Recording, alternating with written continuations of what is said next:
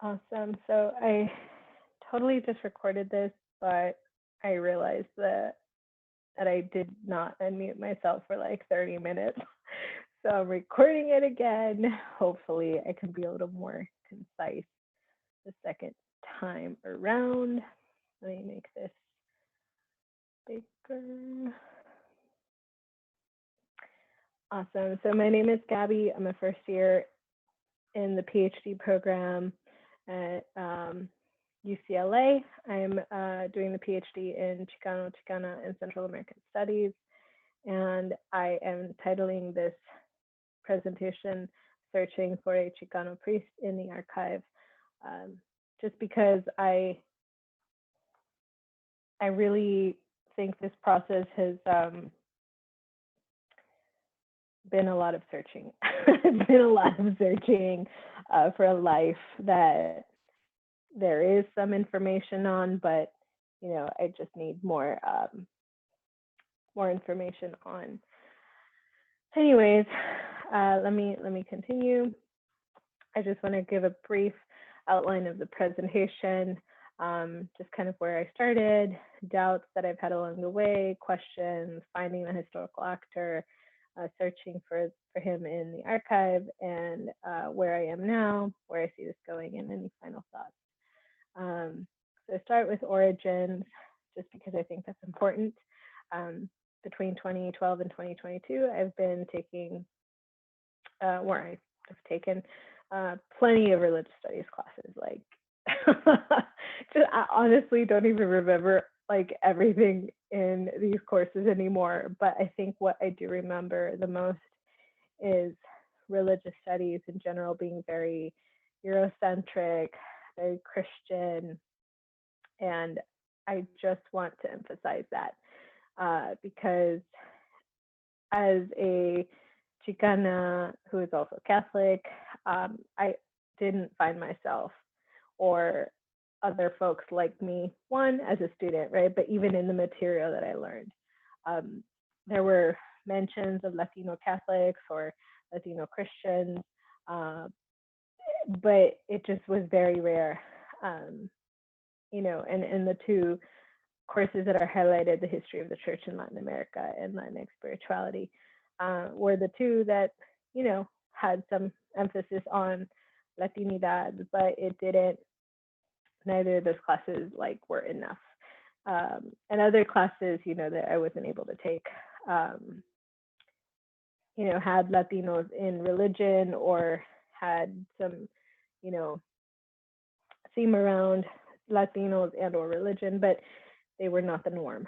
I majored in religious studies, got my Master of Theological Studies, and on the West Coast, on the East Coast, and it just it's not the norm. Latino religion, Latinx religion, whatever you want to call it, it is just not the norm.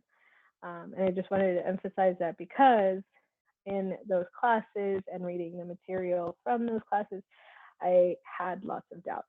Um, I had, well, again, as a Mexican American, as a Chicana, who also happens to be Catholic, I thought to myself, well, what the heck? Like, I know my people are religious. I know we're spiritual. I know there's a religious dimension to us. So why is it not in the literature? Why is it not studied? Where are the archives? Where are the materials? But the more courses I took, the more I realized there are other disciplines like history, American studies, theology that on the fringes has or offers some kind of insight on Latinx religion or Mexican American religion or Mexican American Catholicism. Um, but and I guess I wrote down Chicano studies just because again it's even more on the fringes, the fringes of the fringes, if that makes sense. And it's not just there is not one like it's not like I don't know some other disciplines, right? Like it's always on the fringe, and even in those fringes of the fringes, there are so many missing gaps, and so I'm here to fill in those gaps. And so thus began my my journey into, trying to fill in those gaps. I started. I figured the best way of doing that was to start with American Catholic history. So um, summer 2017, I just sat in Widener Library for 9 to 5, and read as much as I could on American Catholic history. And these are just some of the questions you're more than welcome to, take a look at. If you have questions or comments about them, let me know. Or if you want to talk more in depth about them, I'm more than happy to have that conversation. But I just wanted to put them there because these are some of the questions that came about as I was reading some of these materials. And what I realized, American Catholic history is largely Eurocentric, and it's largely written um, from those perspectives, even right, like starting from east to west, um, instead of maybe like west to east, or some other kind of geographical you know way of telling the story, a different kind of spatial telling of the story. So, anyways, this is kind of where I went into. And in the reading, I found this person by the name of Patrick F. Flores, Patrick Fernando Flores. Um, Honestly, it was really, I don't even remember where I found him. Like, I think it was just like within a chapter of a chapter, like, or, it was like it was probably in the footnotes. It was probably just a brief mention. Um, you know, uh, Patrick Flores, the first bishop, Mexican American bishop in the United States, 1970. And it was just in passing. It wasn't even a big old thing. It made me wonder why. I think that was a question that, fueled everything else was why, you know, I always thought the first of something was pretty significant. So where is the story? And so the more looked for sources, the more I found out he's a pretty, well, he passed away in 2017, but he was a pretty dynamic um, figure, born in 1929 in Texas to a migrant family. So they moved around a lot, um, and growing up in 1930s Texas, that's pretty significant too. Um, so he becomes the first Mexican American um, bishop in the United States, 1970. Again, why that late? I know we had Mexicans in the Catholic Church way before then. So why do we have to wait till 1970? What's going on with that? He later becomes bishop, and he does emphasize a ministry of liberation, which is actually significant for the time period that he's you know gaining momentum, etc. And again, right, like how come this particular religious figure or historical figure doesn't, where's his biography, right? I know there's one written by Martin McMurtry. Gosh, it's probably like 150 pages, if that. It's very short, very brief. And so I want to expand on something, like that. But this is him with the Pope, 1987. Pope JP2 dies in 2005. But if the Pope doesn't just come into town unannounced, I don't think. Like but I don't know. Not now, anyways. There's always some kind of, you have to organize it. You have to. I don't even know how you get the Pope to come over, but the Pope comes to Texas in 1987, and this is significant because Flores is part of this process, and that's Flores in the middle. Pope JP2, you trying on a hat, and right. So I asked myself, like, where, like, if this image exists, someone took this picture, someone posted it on, an article online. That article, kind of briefly mentions the event, but then doesn't offer any kind of sources. Where did you find this material? And so then my question becomes, where is it? Where are the receipts? Like, it's a venue. I mean, you can, even in a picture, if we start to get too into detail, right? Like, it looks like a banquet, maybe. It looks like it looks like a somewhat fancy dinner, maybe not too fancy, but somewhat fancy. Like, you had to organize it, you have tablecloths, like someone had to put those up. Like, there was a process. And so now I'm trying to figure out, where are the receipts? Where are the documents that say, this is how many people had dinner with the Pope. This is who was there. This is the guest list, et cetera, et cetera. Where are those receipts? Where are those documents? And so that's kind of where I am. And then I just briefly wanted to mention, before he became bishop, Flores also really loved singing. Music was a central part of who he was. And so, here he is with the mariachi group in San Antonio.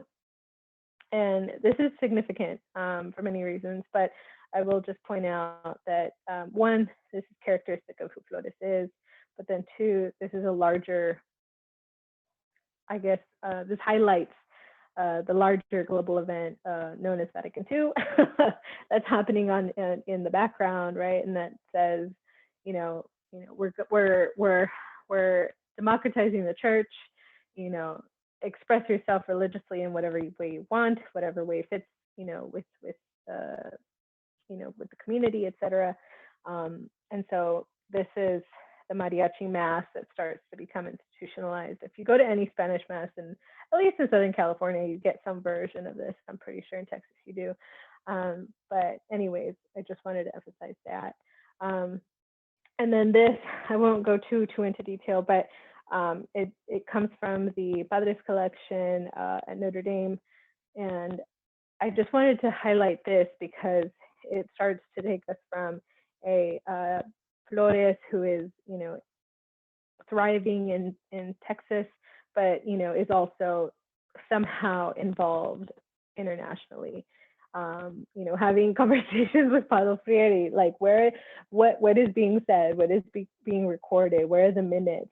And I just, I guess I haven't looked too much into the Padres collection because I was mostly interested in Flores, but I know now that I can go back and revisit it. And then at the bottom left-hand corner, it's just kind of significant to note that there's a Chicano studies program for LA priests, right? And so that connection between understanding Chicano history is understanding maybe the conditions of Chicanos, and thus maybe the priests are better equipped to then minister to these kinds of communities, which is what the padres padres asociados para derechos religiosos y educación sociales. I forget what it stands for. Padres asociados para derechos religiosos, educativos y sociales. So essentially, priests who are pro religious liberty, education, and I guess the social realm. So anyways, I just wanted to put that up there because, again, it takes us into a global conversation or a global history, touches on a global history that is pretty significant. And this newsletter from The Voice in the St. Thomas University archives emphasizes that again. At the bottom left, you'll see that Flores and a few of his comrades, or maybe not comrades, peers, end up going to Ecuador, and they get, they are arrested. At the bottom left, you see Flores respond to that by saying the secret police told us to shut up and not move, but we started singing religious songs and went all the way to Quito singing, which is it's kind of funny, but and by funny I mean in my head I'm just kind of going like, oh, of course Flores would sing. Like that, this is maybe his way of protesting, this is maybe his way of transcending the not necessarily the material world, but the current his current conditions in that moment. Um, and so it was interesting, right, that he's going to Ecuador with all these other priests, and why, and where are the minutes, and what is being said, and what are the conversations that are taking place. And I guess this article briefly touches on that, but you know, again, it just emphasizes that this historical figure, this life is very dynamic. It has many parts and components to it. He's not just in Texas. He's not just, even in the United States, right? He's also abroad, and he's having these conversations with others. So I just wanted to emphasize that. So here I am in front of the Hesburgh Library. Gosh, when was this? 2018. I got a research grant through the Kashwa Center for Catholic Studies. I forget what it stands for. Not stands for, but the whole title of the thing. But the Kashwa Center, essentially, for American Catholic Studies, something. I forget.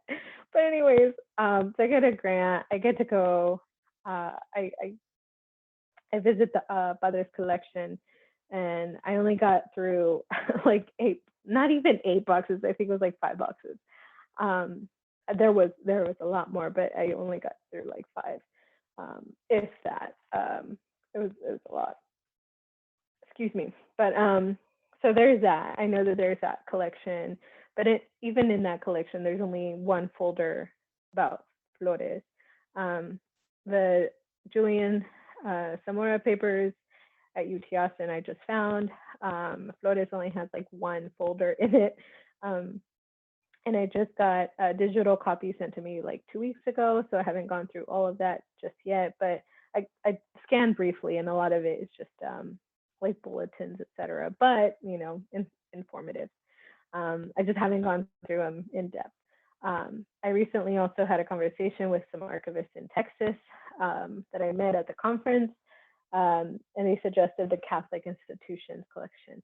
And on that note, the archives through the Archdiocese of San Antonio, Texas, I found out through those archivists that, this Archdiocese in San Antonio isn't very responsive to anyone who's asking for paperwork, or not paperwork, but materials or access to the materials. So I have to just keep pushing and keep emailing them. So there's that. I just recently found the newsletter, this newsletter called The Voice through St. Thomas University in Florida. It doesn't have to do with Flores or the Padres, but it does have to do with some of the priests that might also be in conversation with Flores. This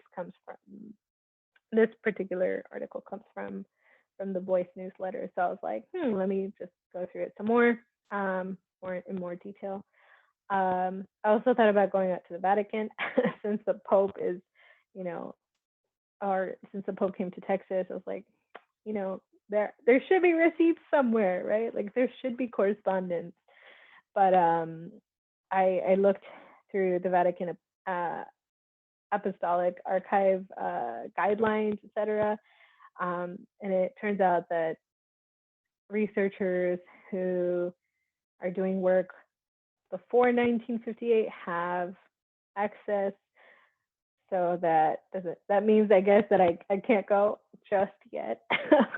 Maybe in a few years or in a decade or something, I don't know. So I'll have to keep trying. But there's that. And then I recently realized that, this Northridge, even this little thing, right? Like the program through CSU Northridge might have some more information. And so I started to look through some of their collections. I found some things about university history. So I have to go more in depth, but that's kind of where I am. That's what I have so far, and I'm sure I'll find more along the way. I'm just, brick by brick, I guess is what I'm trying to say. It doesn't happen overnight. So where I am now, I'm still looking for more resources. One or more sources. Um, and even the sources, right, like the voice that I think this might just be the only time that they mention Flores. But there are other historical actors, right? We see Father Beltran, Paul Cedillo, et cetera, et cetera. Um, they might have more stuff on them.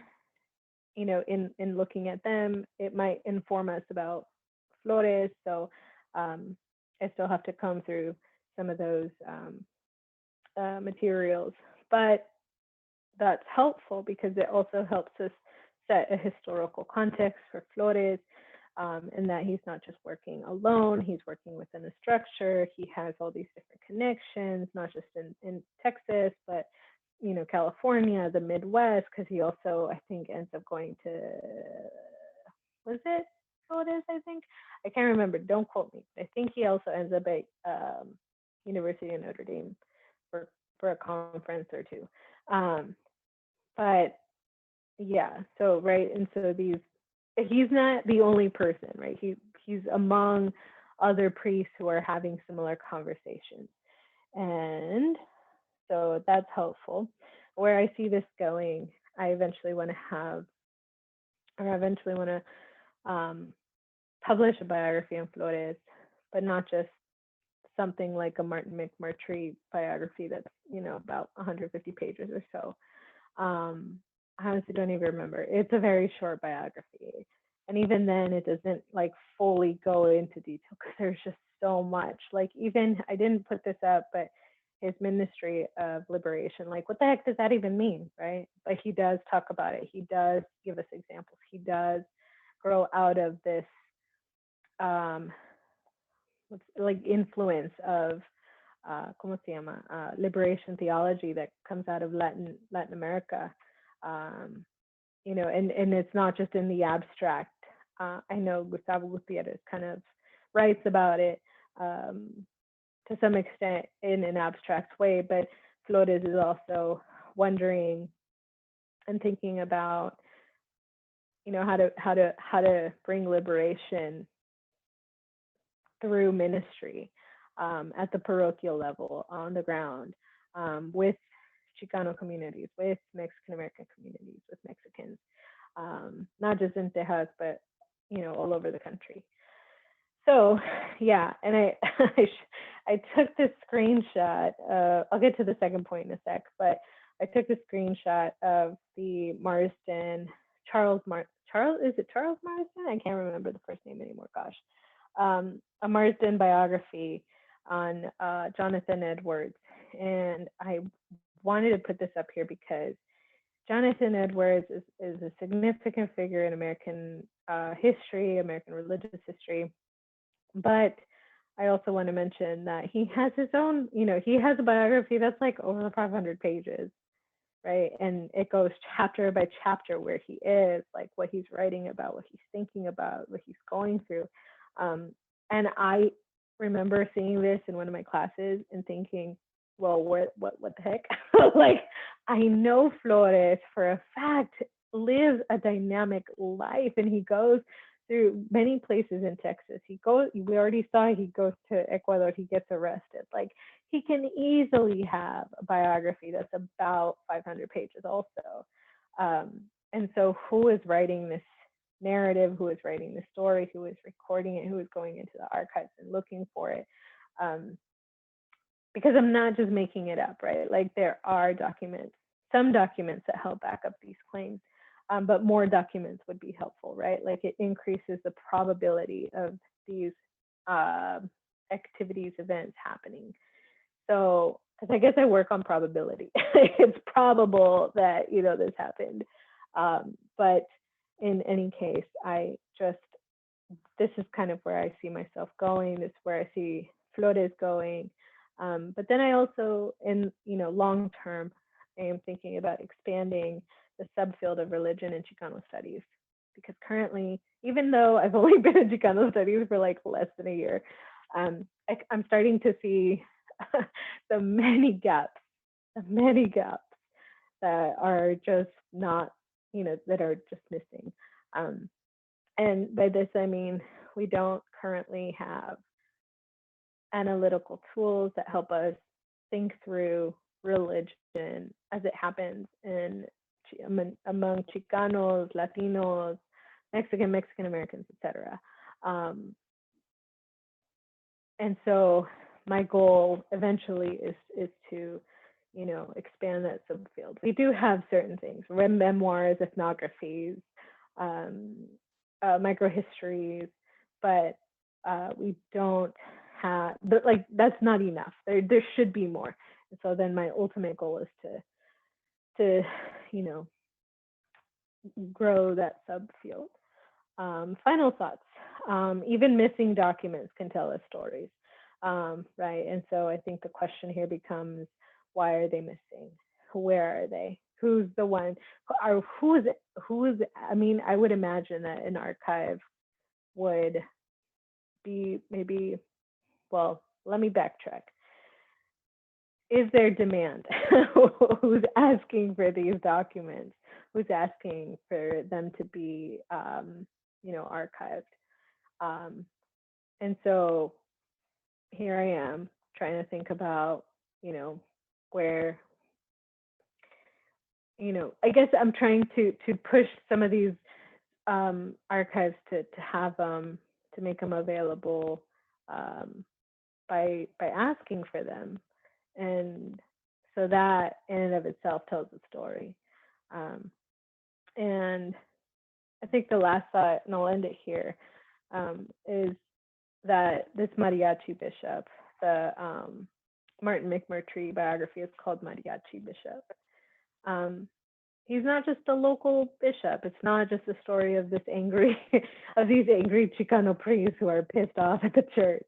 Though that, I think on a surface level, I think that's what that is. There's actually more. I've been learning more, but that will go on into into like 30 minutes, and I'm not trying to do that. But there's more to how he comes about and he becomes a bishop. So I know of historians who are currently working on those stories too. And Flores again is on the fringes. But I I just I guess want to end on, it's not just an angry Chicano priest. This is, he's part of a structure, he's part of a community that isn't just, you know, statewide. It's not just on a national level, it's on an international level. It's maybe even a story of Vatican II. It's maybe even a story of the Chicano movement. It's maybe even a story about liberation theology as it plays out on a global scale. So that's kind of where I wanted to end. And if you have any questions, comments, concerns, insults, please let me know. I am more than happy to have those conversations with you. And that's